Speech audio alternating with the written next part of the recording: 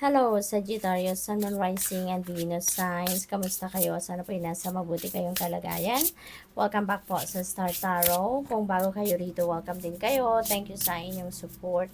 I truly appreciate it. God bless you all. So, Sag, pauna mensahe po ninyo ay number 36, Lost in Space. So, ngayon parang nawawala siguro kayo no, sa wisyo. Maaring hindi kayo makapag-concentrate, hindi kayo makapag-focus sa ngayon. Maybe, marami kayong iniisip, no? Maybe, wala din kayong time para magmuni-muni, magnilay-nilay, no? Maaring ganon. Kaya you are needing direction.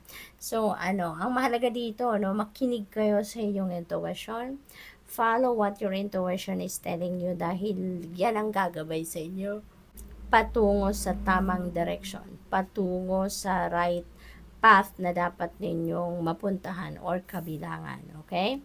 What else? We have number 39, Metox. Ayan. So, napakaganda. This is a time for repairing your body, mind, and spirit. So, kailangan ninyong gawin. Lalong-lalo na ngayon ay you're feeling lost. No? Wala kayo sa, parang hindi kayo makapag-concentrate ngayon. You are ungrounded. Ayan, Sagittarius, ungrounded kayo. Kaya iniimbitahan kayo dito, no, na mag-chill. Okay? Mag-chill kayo, mag-detox kayo, no? Makakatulong yan sa inyo mag-meditate kayo, no? Mag-cleansing kayo, magmuni-muni, magnilay-nilay. That is what you need right now, nang sa ganon matanggal ninyo ngayon yung mga negative energies na nandiyan dyan sa katawan ninyo, okay?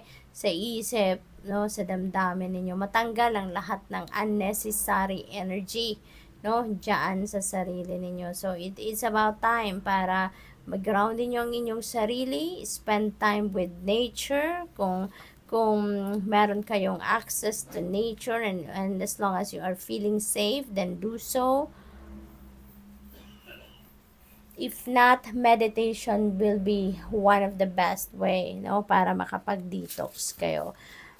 We have number 53, curiosity. Ayan, so siguro meron kayong something na gusto ninyong malaman, matutunan, madiskubre, no? You are curious about something. At saka, maaring ang ginagawa ng iba sa inyo dito, maybe you're doing some research, no? Maaring nag-research kayo or maaring nag-experiment kayo, no? Kasi gusto nyong madiskubre, no? Meron kayong gustong madiskubre. Maaring nagtatanong-tanong kayo, yung mga ganon. So, maybe you're also doing some kind of feasibility study, no? Maaring ganon. If number 63, gestation period. Ayan. So, meron kayong idea siguro or plans and you are preparing for that, no? Kung paano ninyo yan i-roll out, kung paano ninyo yan, how are you going to bring them to life, no? Maaring yan ang inaalagaan ninyo sa ngayon. Maaring yung pag-aaral nyo na to, yung pag-research nyo na to, maybe that is part of this gestation period wherein you are preparing for it, no? We have number 51, limitless possibility. Ayan. So, napakaganda kasi, this is a huge blessing na binibigay sa inyo ng universe, helping you, no, to prepare for whatever it is, no, na pinaghahandaan ninyo dyan. Siguro proyekto yan, endeavor, negosyo, something like that. And you are being sent limitless possibilities dito na magagamit ninyo or makakasupport doon sa plano ninyo. Makakasupport sa roll out ninyo ng plano ninyo na yan. If number 45, repairing the veil. Ayan, napakaganda, forgiveness. Ayan, so handa na kayong magpatawad. You know, you are choosing love sa ngayon, Sagittarius, no?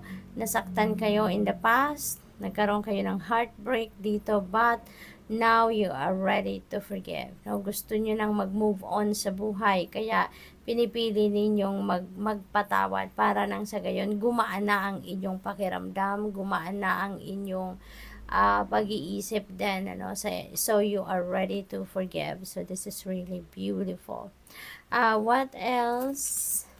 We have number 57, revelation. Ayan, so may mga, siguro there are secrets that are coming to light sa ngayon, may mga i-reveal, siguro na mga truth or katotohanan kayo or baka yung mga tao na nasa paligid ninyo. Maaaring yung pagpapatawad na to, maybe there is a personal encounter dito ng kung sino man ang papatawarin ninyong tao. Maaring magkakausap kayo dito personally at siguro maaring mag-confess siya sa iyo. Maaring meron siyang mga sasabihing katotohanan na hindi nyo pa alam regarding sa kung ano man ang nangyari sa inyong sigalot. Maaring ganun din ang ganap dyan. So, what else? We have number 22. This is synchronicity. Number 22 is a master number. So, I suggest you please look up for the master number 22 for more guidance. Ayan. So, we have Fool's Embrace, transmuting pain.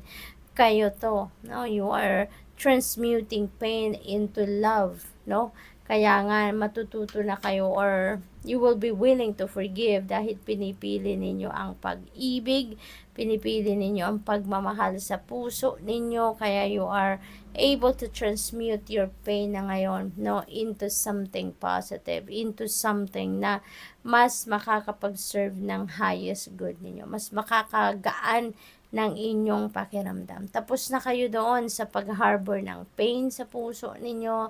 Tapos na kayo doon sa pag-harbor ng mga resentments, anger, you're done with it. Kaya nga nakarating na kayo dito sa pagpapatawad. So, good luck, Sag. That's all I have for you for today. Thank you for watching. Love and light. Namaste.